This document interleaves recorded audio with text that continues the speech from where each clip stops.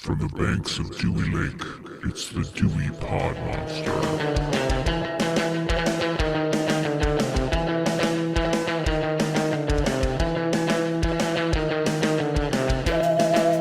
And welcome back. My name is John, and this is the Dewey Pod Monster Podcast. This is your weekly podcast about consumption, and we are proud members of the You Run Podcast Network. You can find all of our previous episodes as well as all the other great shows at yourunpodcast.com. And with me this week is the host of the Dewey Pod Monster Podcast. His name is Sean. Sean, how are you doing this evening? Your technique is magnificent. I just flubbed like 3 lines. I don't know how magnificent any of that was, but thank you. You're welcome. You're a magnificent beast. Well, I can't deny that. I mean, sometimes, you just got to live with the cards you're dealt.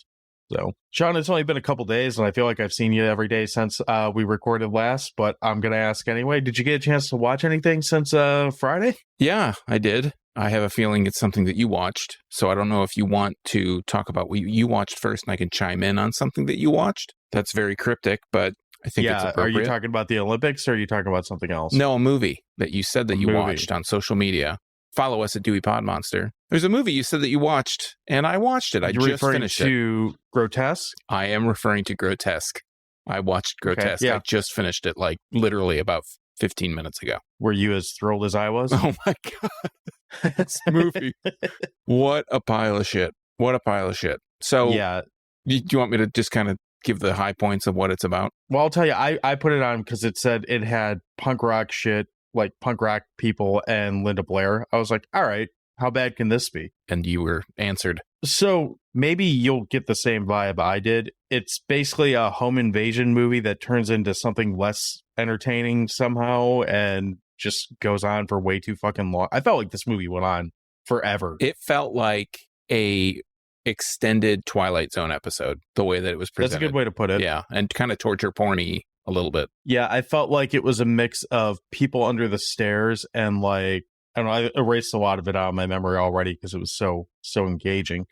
Yeah, Linda Blair is in it, but like, who cares? Like, she's barely in it. Like, it just was not a great movie. What you're more fresh on it than me. Tell me more about it. Okay, so it's a movie from 1988. It's called Grotesque. It's about an hour and 29 minutes, although I think the one I watched was about an hour and 32. And it feels a lot longer. The one than I watched was like 8 hours. Yeah, it felt like 6 months. Basically, you kind of boiled it down. And the IMDb storyline is a gang of crazed punks break into a family's vacation home in the mountains and slaughters the entire family except for one daughter who gets away. Which kind of, if you read it, you think that gives away a lot of the movie. But that's probably, of that hour and a half, it's probably like 45 minutes of the movie is that. And then the rest of it is a bunch of people running through the snow. It's a lot of screaming. I remember that.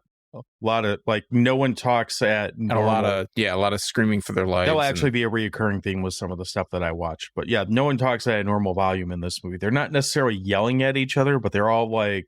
screaming in pain and everything else. I think the implication is that the punkers are supposed to be coked up or something, because I don't really understand why they would be this wired through the entire movie otherwise. Crank. Sure. But they're just constantly playing with crank and not getting anything done. It's very unclimactic. Well, I don't think anybody's going to watch this, so I'm just going to kind of put it out there.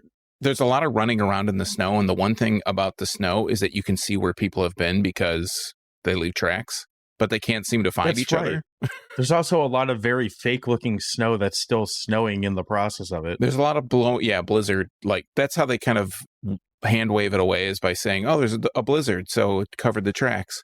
And the movie kind of evolves from this home invasion thing, and Linda Blair is the daughter that gets away, and there's someone else living in the house, and the someone else living in the house is someone who is grotesque. They're like deformed, their face is deformed, and Tab Hunter is in the movie, and he plays Linda Blair's uncle, and at the end of the movie, only a few of the punks are left. And that's right, it's revealed. Yeah, it's revealed that he is also deformed, grotesque in the way that this person in the house is, who happens to be his son.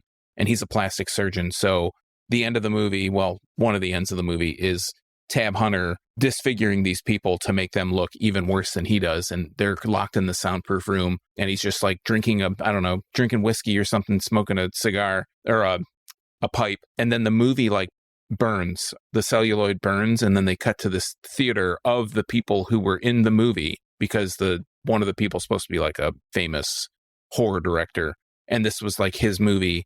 And there are these universal kind of monsters. There's a werewolf and a Frankenstein that are Frankenstein's monster, in the projection booth that come out, and everybody runs out scared, and they just like hug each other at the end, like, oh, you were so scary. And I don't know what the fuck's going on, but it was not great.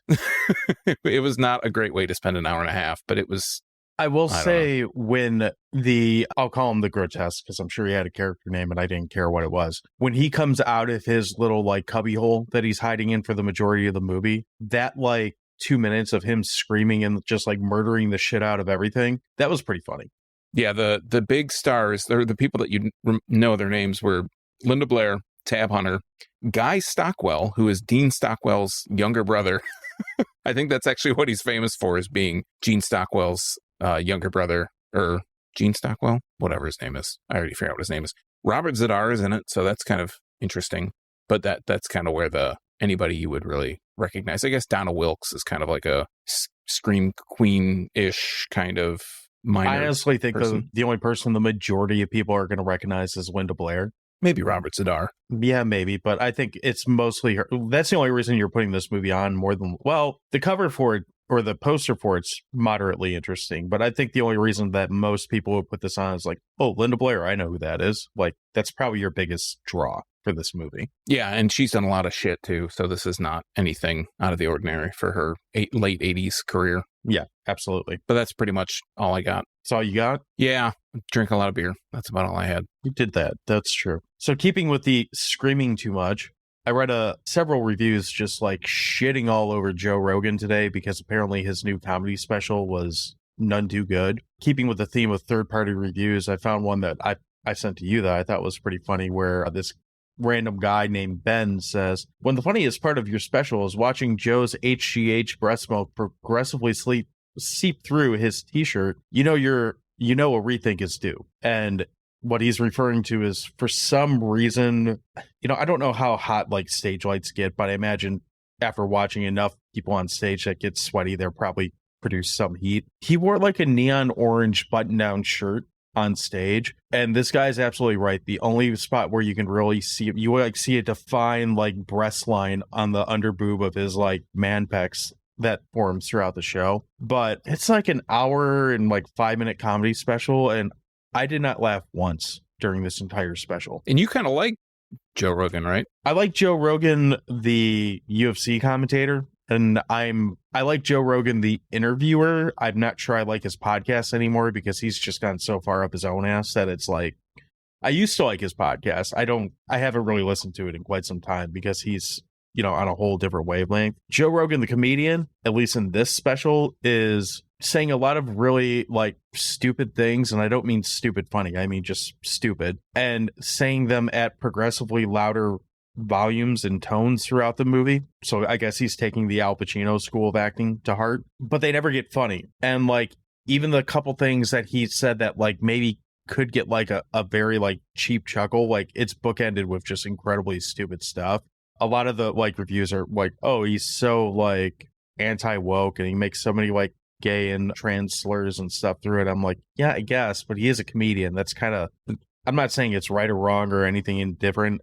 It's kind of what happens at comedy shows quite often. That said, whether you want to call it politically correct or, okay for him to say that is a different conversation. The jokes weren't funny, so it doesn't really matter if it's offensive. If it's going to be offensive, fine, but you're still supposed to make me laugh, and that's kind of where the problem is with it to me. So that's available on Netflix for free. I would not recommend it, but it's there if you really like it. He's got a little bit of that like Donald Trump in him now that he's like kind of blaming everyone else for like dumb shit that he did. That's a little obnoxious, but whatever. And then past that, the only other thing I've somehow found time to watch is the newest Aqua Teen Hunger Force movie, which is called Aqua Teen Forever Plantasm, something like that. This, I'm going to go ahead and put it out there. Didn't work for me. Striking out all week, whatever, since last time. Much like the Metalocalypse movie, something about taking it out of that like 15-minute format, and maybe me being sober when I watched it didn't help. Like one of the moments I was sober this weekend. Just they changed the animation style, which was like the first thing that you mentioned this with Beavis and Butthead like way back in some old episode. Like when they changed the animation style, it kind of lost something for you. Yeah. this definitely loses something because it's so heavily and obviously computer animated now. And I'd be willing to bet that show is pretty heavily done on computers to begin with, because that's not that old of a show, but it just looks different and weird. And I don't know, they didn't give me enough Carl Bertonelli-Luski, which I can always do more Carl Bertonelli-Luski, but it's not so much what they do in this one. It's just not great.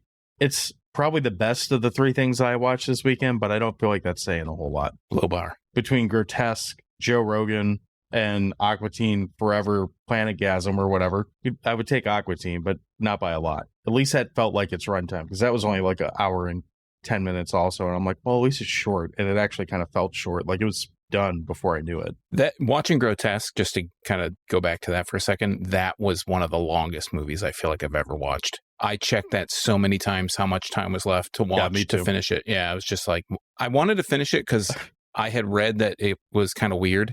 And I also wanted to finish it because I wanted to talk about it here, like we had something else to talk about, because I saw that you had watched it. And I'm like, I just recently discovered this. Let's watch it. And yeah, it was very, very long. It was a very long hour and a half. My choices aren't always the best to follow, but this is about the longest feeling movie that I've watched since the fucking Bukkake Bus, which also was like an hour and a half and felt like it was 6 or 7 hours long. For those new to the show, John is talking about Paranormal Highway, which was a movie what did we talk about that like 2 years ago, right? In March?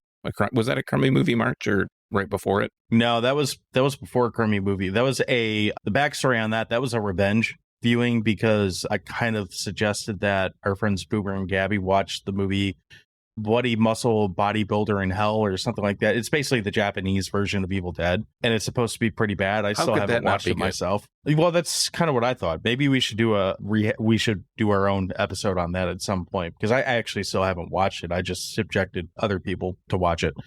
But Gabby decided to take revenge on us by suggesting that we watch Paranormal Highway, which we've now renamed the Bukkake Bus. Well, that's what you've renamed it. I don't think I've actually ever called it that, but I could be wrong. I've heard them call it that too. So I'm gonna go and say that's what the official name of that movie now is. I can edit things on IMDb. I think I can, see if I can see if I can submit that and see if it sticks. You could subject IMDb to it. Yeah, I mean, they got enough other dumb shit on there. Why not, right? But yeah, I also had a bunch of Olympics on this weekend. Are you still watching that, or are you just dealing with that when I'm around? Yeah, I only watch that when I'm with you. Oh, well, that's good. Sorry about that. I mean, I like the Olympics. I like track and field, and I like swimming and all the weird sports that you don't ever get to see. I love handball, but they don't show it enough. And there's two different kinds of handball. I agree. Handball is a really cool sport that they don't show enough. Yeah, and there's two different kinds. Back when COVID first got it was the new hot thing, and everything was like turned off. Yeah, well, everything was like canceled for the time being because they were trying to figure out what to do. I remember ESPN, I think it was ESPN2, one of them started playing like some handball tournament for like a solid week. I got really into that handball tournament. I was like, I don't know what the fuck's going on. I don't know what the rules are of this game, but they seem to be in quite a bit of pain, and I'm enjoying it. That's really what ESPN needs to do, is go back and show some of that stuff. Yeah, show something. Yeah. Every now and then they do like a weekend of ESPN 8, the Ocho, which, I don't understand why they don't just have that as I would actually consider subscribing to ESPN's like live feed again if they had that all the time, because when they do that, it's such a better like programming than just listening to their talk. Like, who wants to hear Stephen A. Smith like talk about anything anymore? Like, I'd much rather watch Full Contact Tag or something, which is another really fun game, or the Lumberjack games. Those are really stupid and entertaining, Why not? But no, we get 17 hours of Sports Center a day and all that shit. Right. Of stuff they don't actually even show the game of. We're going to talk about it. It's the same episode 9 times today, but we won't show you the actual sport. Yeah. How many times do you need to hear a guy in a suit with a pair of like Air Force Ones on saying, you know what's really good? Patrick Mahomes. He's good. He's good at the football. I also think LeBron James is good. Like, we're aware. Yeah, their programming is lacking. Why not just play something that at least you're going to get a different viewer in? So anyway, that's all I got for this week. You want to take a break and come back and talk about a movie that is actually good? Yeah, actually, before we do that, I just wanted to say that we have started our YouTube channel. So all the podcasts now, if you prefer to listen on YouTube, I just want to kind of throw this before the break. If you are, you consume your shit on YouTube, you consume our shit on YouTube. You can consume our shit on YouTube because it's on YouTube now. So the day it goes up live on all the other platforms, it'll go live on YouTube. And we're also going to start publishing some kind of like exclusive YouTube only content. So if you're interested in keeping up with whatever the hell we're doing, which we don't really know from week to week, but we'll be putting more stuff up on YouTube that's original content there. So just want to throw that out. It's youtube.com/DeweyPodMonster. I don't know if consuming our shit is the exact way that I would have worded that, but, Well, hey, you wanted to take a break. you made a valid point. So So now I'm ready for a break. okay. So with that in mind, we're going to go ahead and put something up on YouTube real quick for you to consume, and then we'll be back and talk about the movie Shogun Assassin.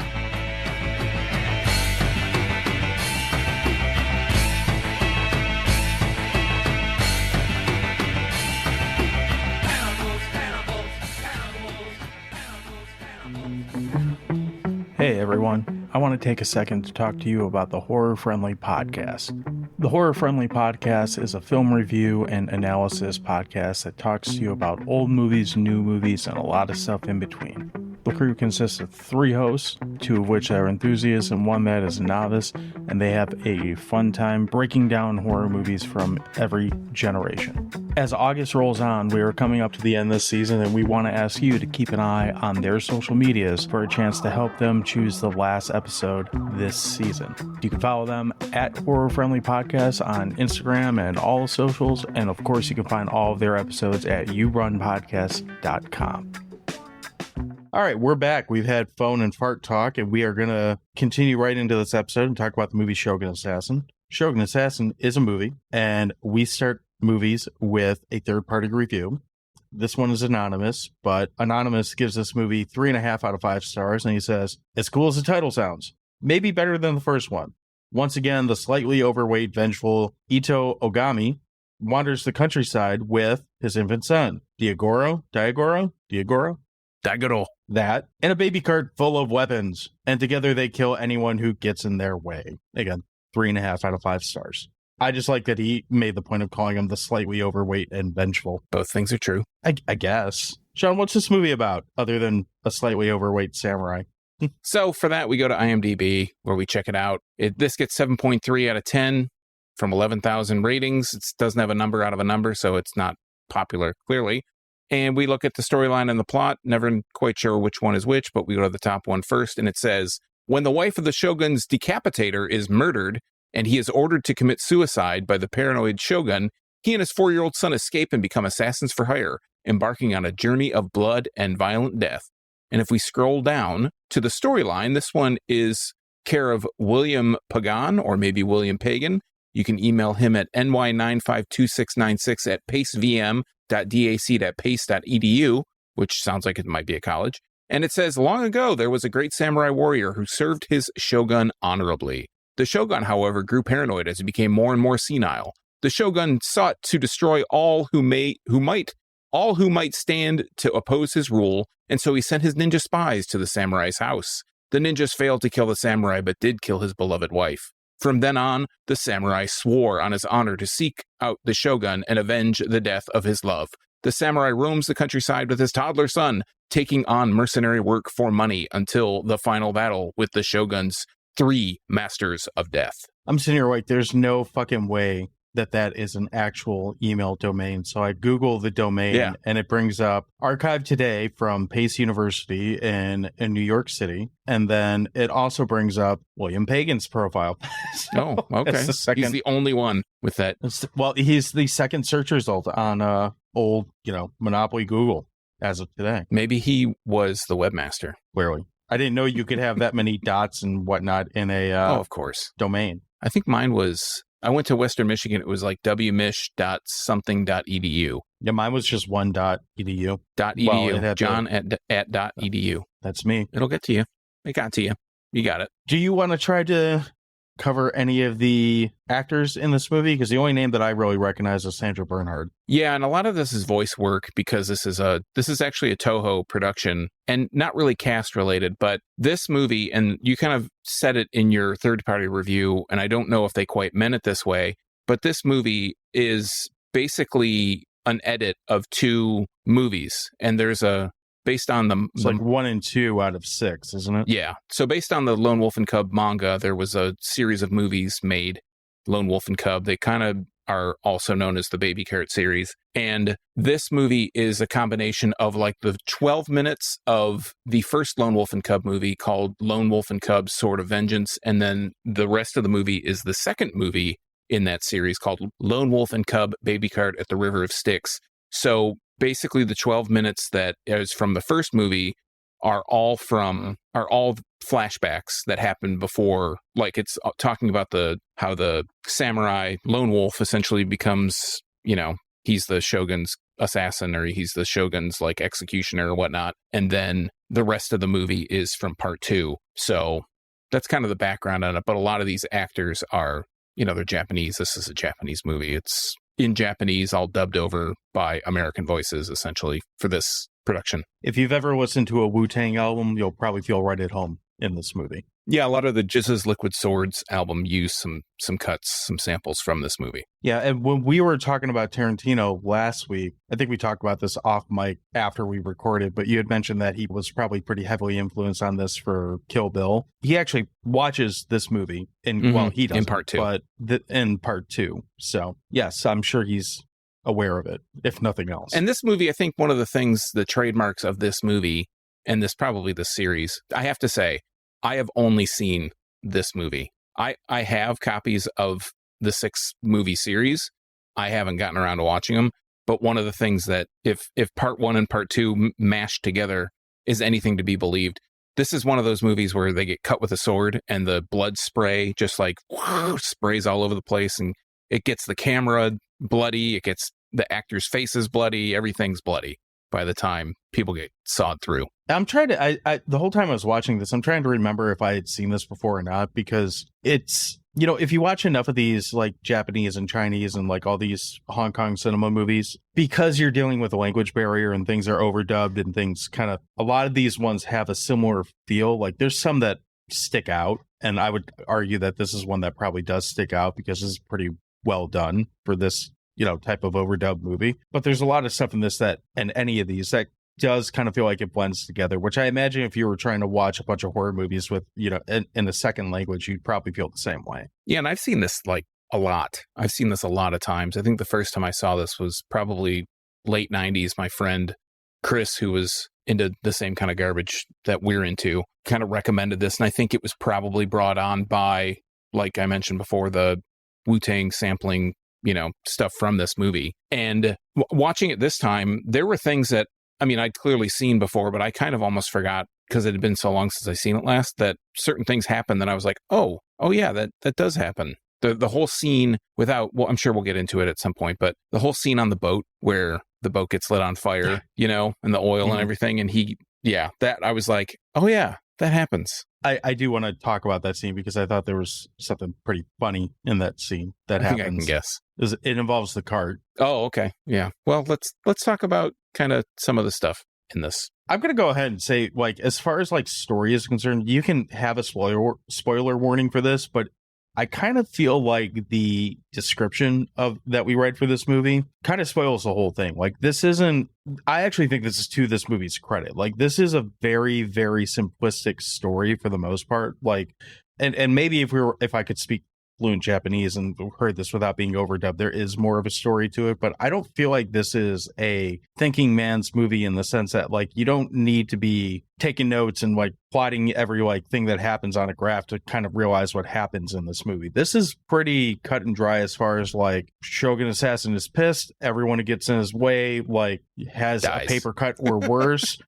And this is one of those movies that you're kind of watching for this, at least to me, and I mean this as a compliment, you're watching it for the spectacle of the movie as much as anything else. Yeah, I'd agree. I don't know, because I haven't seen the originals, I don't know how much was cut out of the second movie. But if you think of this movie, I think this is about an hour and 24 minutes. The first movie, the actual first movie, the real first movie, is Sword of Vengeance, is an hour and 22 minutes, I think. And the second movie is an hour and 24 minutes, the Baby Carrot, the River of Styx. So if you just take those 12 minutes out that they took from the first movie that they used for flashbacks, in this Shogun Assassin edit, you can think of it as like a Shogun Assassin edit, essentially. There's only like 12 minutes of the second movie that got cut out, right? Because that's sure.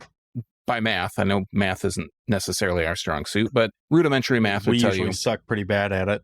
that an hour and 12 minutes of the second movie are pretty much in this movie. I can't think of adding 12 minutes back into this movie would basically explain away all these things that happen. So things kind of do happen a little bit nonsensical, and it is really set piece to set piece to set piece. And this story is told from Daigoro, who is the little kid, like a 4-year-old kid. It's basically this narration that's supposed to be from Daigoro's perspective that tells you the story, because there really isn't that much dialogue between Lone Wolf. Daigoro doesn't talk at all as himself. He's talking as the narrator, but I don't think that little kid actor, says more than maybe 3 words in the entire movie. And then the rest is just, gravelly voiced English voice actors. Amazing. Yes. Amazing sound design. Did you ever see the time when someone shit in their pants? I mean, like voices like that. My favorite quote. A lot of that. My favorite quote is at the end.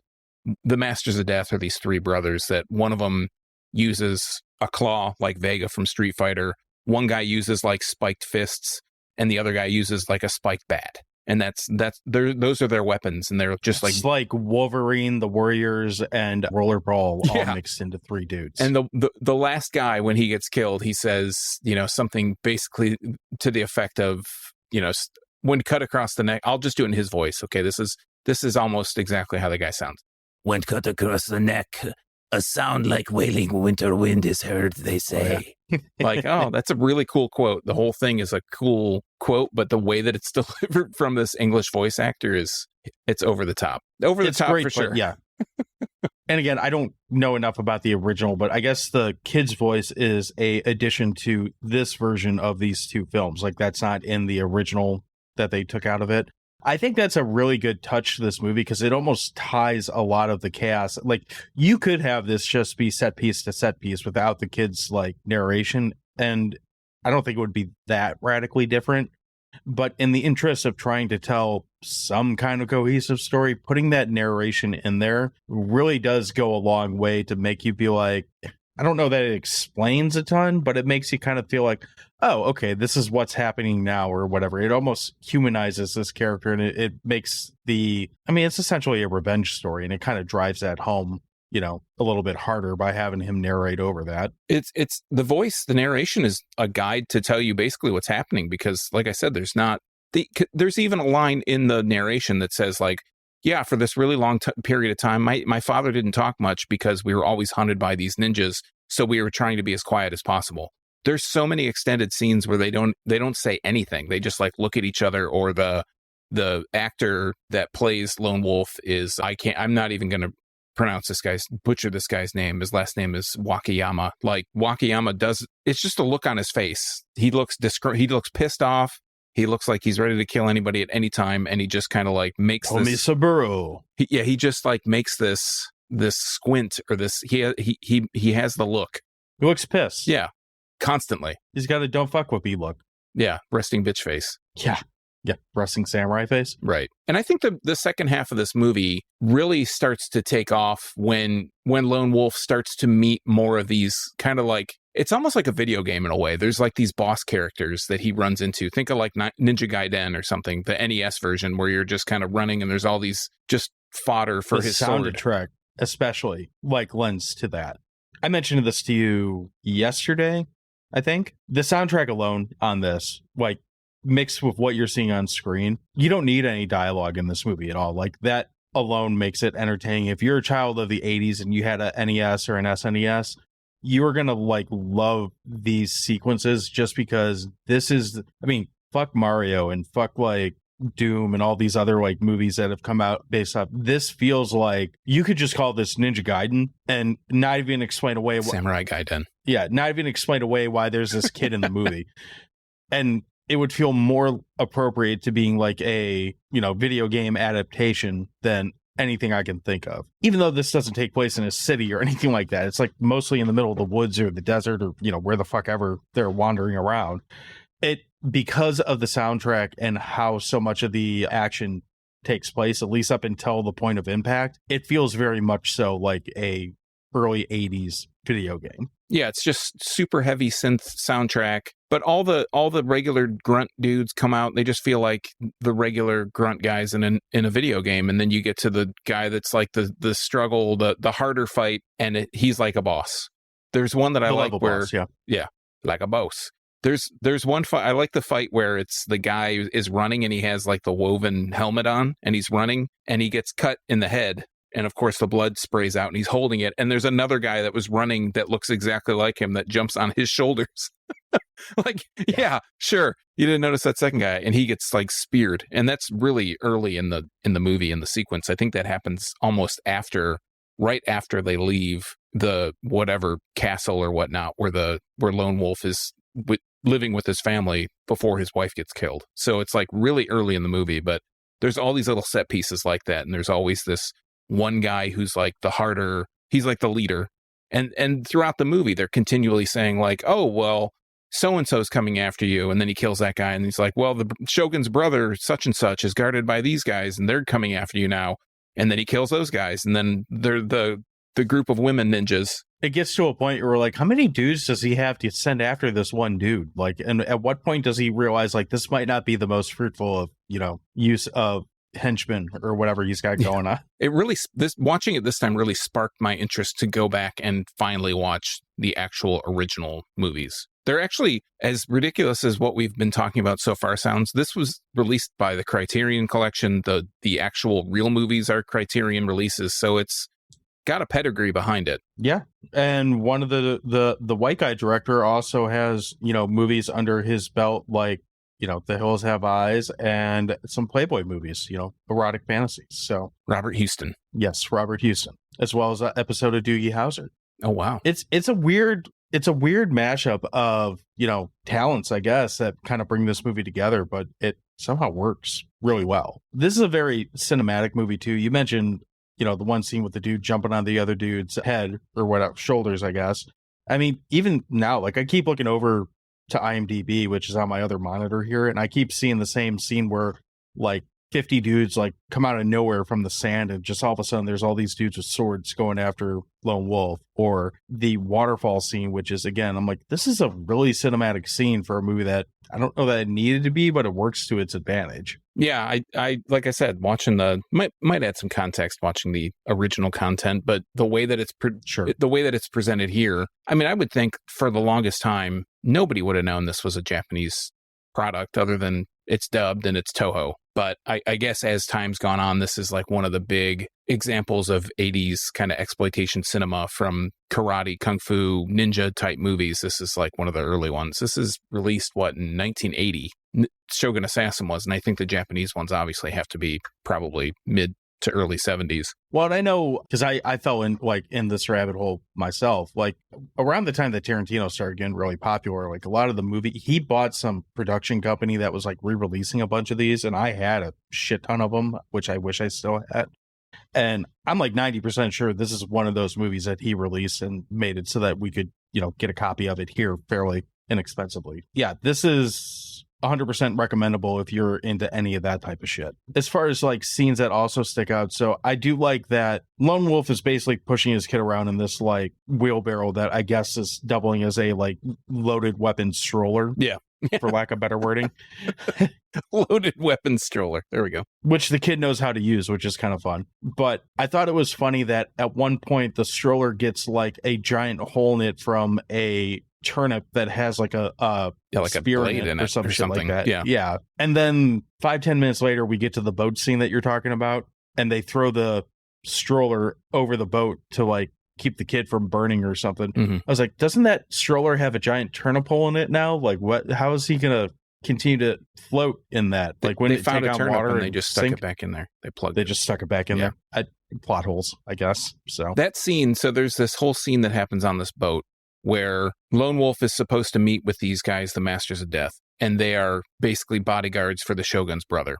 And they all meet up on this boat.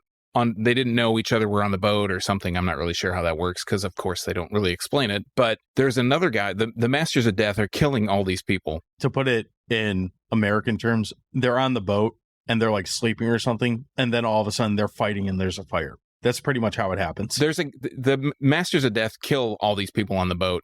And there's a guy that's all pissed off. He's like, yeah, fuck those guys. They kill all these people. I'm going to fucking teach those guys the lesson or two. And this female ninja who's leading this female ninja clan figures out they're hiding oil in these soy sauce barrels. Like, what? Are they trying to start a fire? Well, thanks for the 3 seconds of foreshadowing, because then the guy's cutting the barrels and he dumps it down the stairs and they light the whole thing on fire, and the Masters of Death put their cloaks on. They're like, hey, Lone Wolf, we know that we know who you are. We're going to fight and everything. But if you don't come towards us, if you don't come at us, bro, we're going to just let you get off, because we're pretty much going to probably die on this boat anyways. So they pull their cloaks up, run up the stairs. They're on Good fire. plan. Yeah. And they do backflips on fire into the water for whatever reason. So Lone Wolf has his sword and he just does this like little, he's like, and all of a sudden he just jumps through the floor of the boat up to the upper level, bypasses all the fire. Like, how thin are these fucking floorboards, man? Yeah. And then he throws the baby cart over, and the ninja woman lady that's trying to kill him too is spared. As that whole scene is really weird, because when they get on land, he thinks that there's almost this borderline sexual assault that you think is going to take place. It's actually not borderline, but then it doesn't actually happen. He's just trying to have them all huddle nude for warmth because there's no fire. But it's just a really weird setup to show a scene like that. It is very much so a scene where it's uncomfortable. I was watching them this time. I'm like, I don't remember this going where I think this is going. And then it thankfully doesn't. I'm like, well, that's good. But that was a weird way to get from point A to point B in this case. So. Yeah. I hadn't seen it in a while. And that was where I thought it was going. I'm like, I don't remember this happening in this movie. Mm-hmm. And I was like, oh, okay. No, I remember this. Now I get it. It's still a really weird route to get there. And thankfully, I don't see this movie getting remade anytime soon. I don't think Hollywood's decided to start remaking movies like this yet. Hopefully they don't. But I would imagine that's a scene that gets left out if they were to redo this. So yeah, it's kind of movie I don't think could be redone in this way, because of the way that it's a cut of two different movies. They'd have to almost recut the two movies again or something. It would just turn into CGI. Like, it basically would be like The Matrix, but with, samurais instead of Neo. So I'm really surprised with that, because this is two movies smushed together from a franchise, that we didn't see like a Shogun Assassin 2, a Shogun Assassin 3, where they just mushed more of the movies together. And I remember when I saw this initially, like way back in the day on VHS, I was like, the way that the movie ends, it kind of leaves it open, because the Shogun actually, nothing ever happens between Lone Wolf and the Shogun. So I was like, oh, well, there has to be another one that comes out that they were going to mush together. And there has to be another version of this somewhere that's like a sequel. And surprisingly, there never was a sequel to it, which is maybe more a testament to 80s movie production than current, I like that the Shogun always looks like he's just shit himself every time that he's on camera. Yeah, he just woke up and he just shit himself all at once. He's all surprised about it. Is there anything on this, any negatives that you feel they need to point out? I feel like because it doesn't have a lot of exposition or a lot of really explaining as to what's going on, it can be pretty confusing, I think, at the beginning, especially when you start watching it. Even watching it this time, as it's going, like at first I'm like, okay, I mean, I know what happens. I've seen this several times. And as it starts up, I'm like, man, I was always thinking about, I don't know if you'd seen this before. So I was always like, I wonder if John thinks this makes sense. I'm like 95% sure I have seen this before, but I don't remember exactly when, but I'm pretty sure I have. But then as the movie starts to go, it makes more sense. The pieces start to come together to tell more of a story. Look, having watched this in the same weekend as I watched the movie Grotesque, I tell you this movie makes a lot more sense than some of the other things I've watched in the last 48 hours, like very confidently. I mean, I could see where you're coming from with that, saying like that there could be more story and more narration or more to kind of piece all that together. I don't have a problem with that, because honestly, with this type of movie, like I said, this is why I'm not 100% sure if I had seen this before. Like, a lot of these movies have similar like presentations to this. Like, there's where this came out in like the chronologically in the releases of like samurai movies. Who the fuck knows? I'm sure this isn't the first. I know it's not at the end. I'm not the person to ask about that. What I do know is that it doesn't feel that radically different than a lot of them that I have seen. Where it does separate itself is kind of what led to the question of the week, is there's a pretty healthy amount of blood in this movie, and the way they do it, that's what I can only remember being like similar in a handful of other movies. Or at least I definitely can't think of one that predates this, at least not off the top of my head, not to this extent. But I would say the comical use of blood and gore in this really kind of gives this a whole different presentation than what it would be if it was played more serious. I'm sure that it became a trend in Japanese movies for it to kind of be like this. Like I said, the original 2 movies came out in the early 70s, like 72, I think is when the first one came out. So I'm sure, as with all things, if something got popular, other movies or other ideas start to kind of take ideas from this.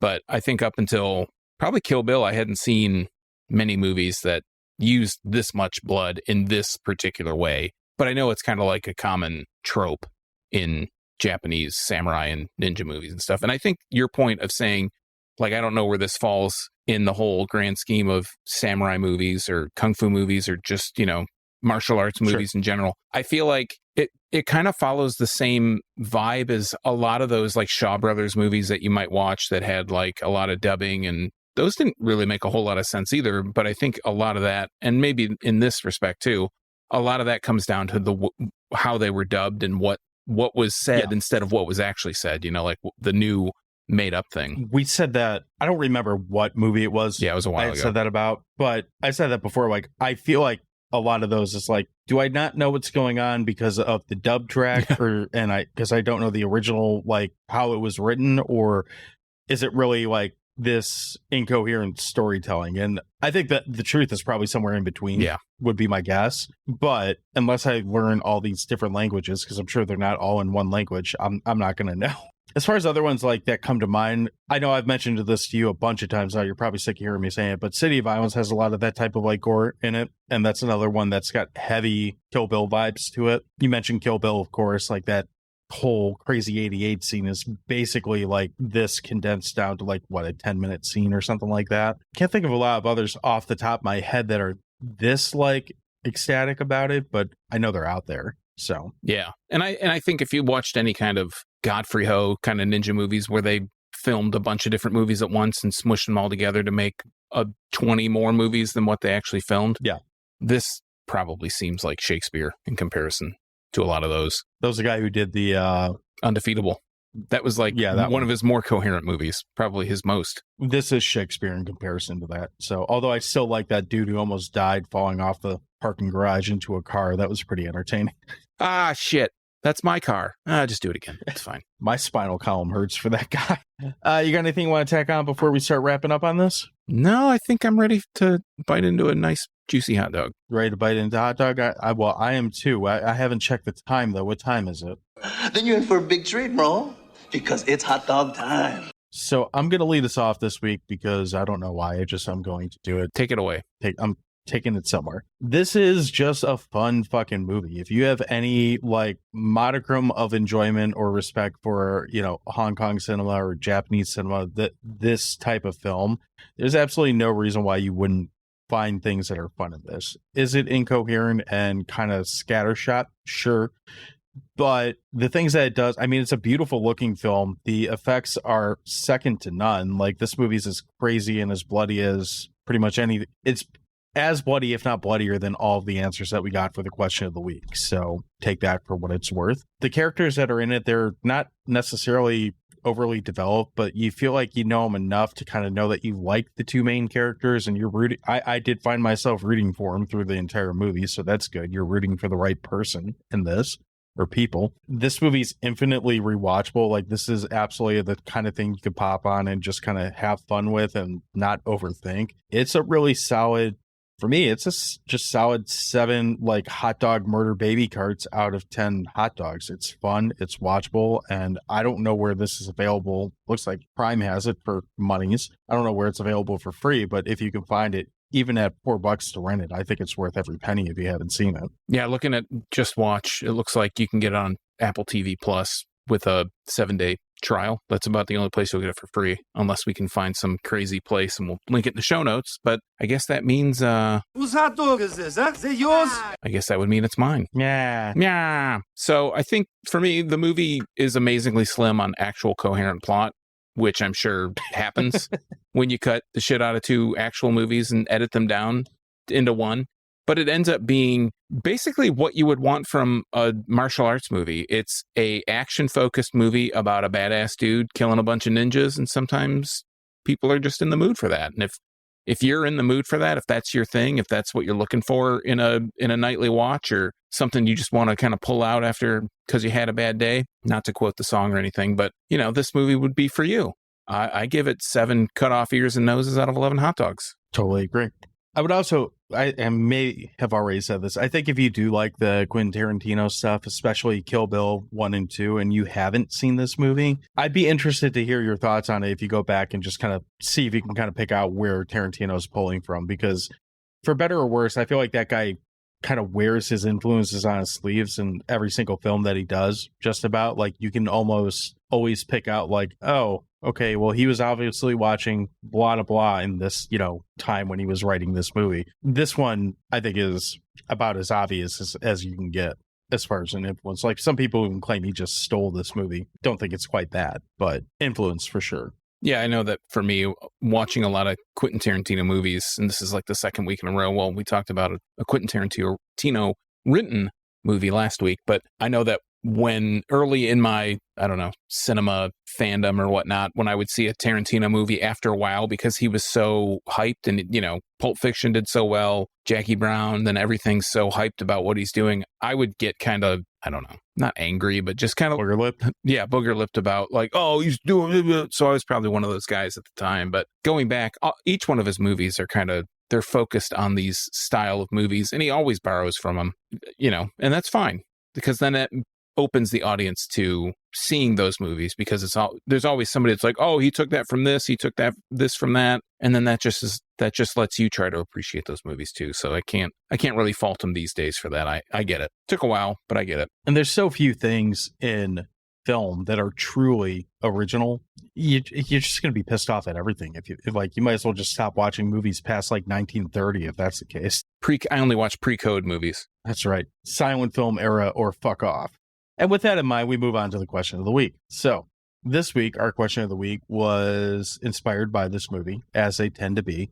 And it was quite simply, what is the bloodiest movie that you can think? We are going to start over on Threads.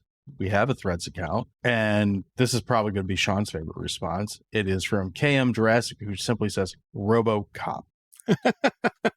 I like it. I'd buy that for $1. I thought you would. Over on Instagram, our good friend Sam, who's with Jordana on Creature Feature DTF, he said a popular answer this week. He said Dead Alive, the Peter Jackson movie from whenever ago, which has a lawnmower scene in it, is a pretty gory movie. Going over to, I'm going to jump around here, over on Facebook this week, our good friend OJ says 2013 Evil Dead. It was literally raining blood in the third act of that movie.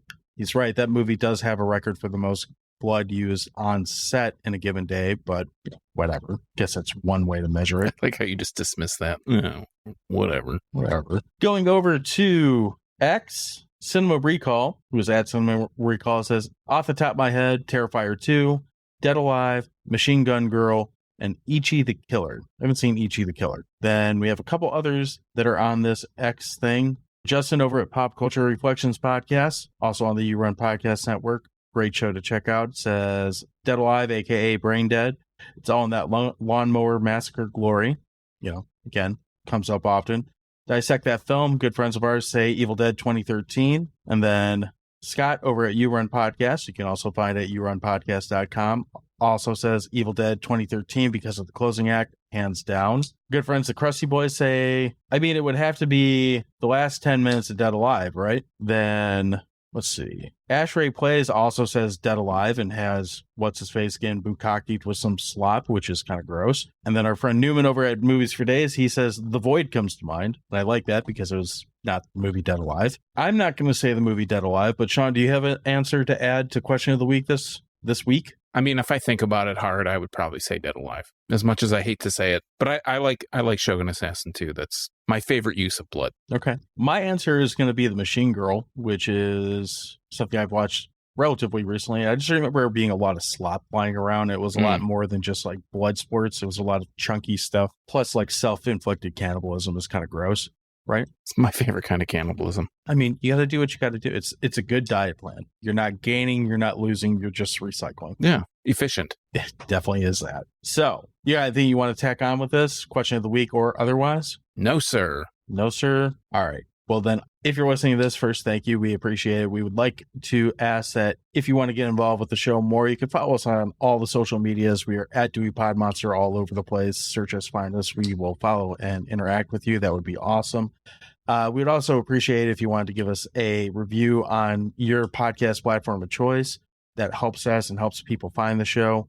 And of course, you can find all of our previous episodes and current episodes at our website, which is crap.town.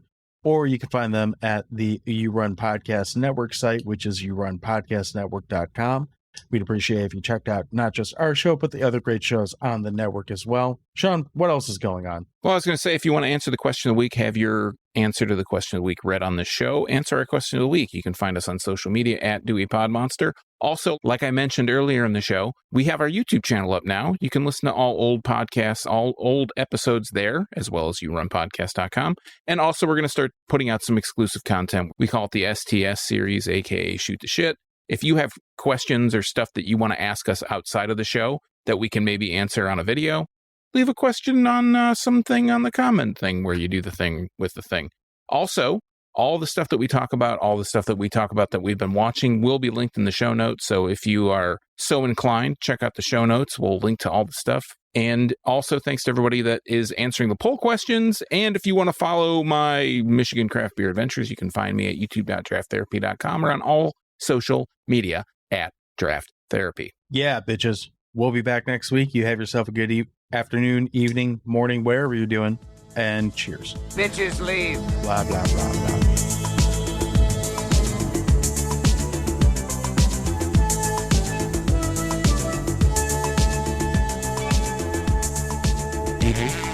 I think we are going to wrap up this little bloody baby carriage of doom brigade and move on to the end of the show and say, if